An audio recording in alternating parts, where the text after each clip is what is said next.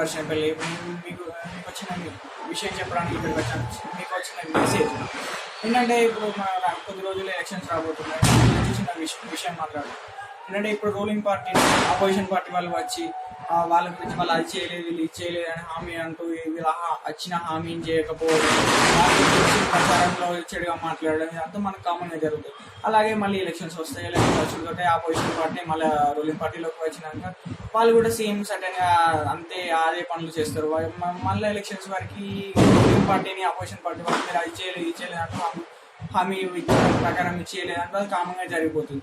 ఇప్పుడున్న సమాజం, ఇప్పుడున్న యువతరం ఆలోచించేది ఏంటంటే, కొత్త ప్రపంచాన్ని, కొత్త ప్రజలకు సేవ చేసే రాజకీయాన్ని నేను అమల్లోకి రావాలని అనుకుంటున్నాను. నా నుంచి ఓటుకు నోటు కాకుండా, అంటే మనం వేసే ఓటును నోటుకు ఒకవేళ అమ్ముకున్నాం అనుకో, మనం 5 సంవత్సరాలు ఒక అన్యాయాన్ని అధికారంలో ఉంచుకొని మనం పాలించడమే తప్ప మనం చేసే పని ఏం లేదు. మా తండ్రి ఈ పార్టీలో ఉన్నాడు, మా అన్న ఆ పార్టీలో ఉన్నాడు, నా ఫ్రెండ్ ఈ పార్టీలో ఉన్నాడు అంటూ గుడ్డిగా నమ్మి ఆ పార్టీలో చేరడం కాకుండా, ఈ నేటి యువతరం ఆలోచించి ప్రజలకు సేవ చేసే రాజకీయాన్ని తీసుకురావాలి. కానీ ప్రజలే రాజకీయానికి సేవ చేసే దృష్టిని మనం తీసుకురావాలి.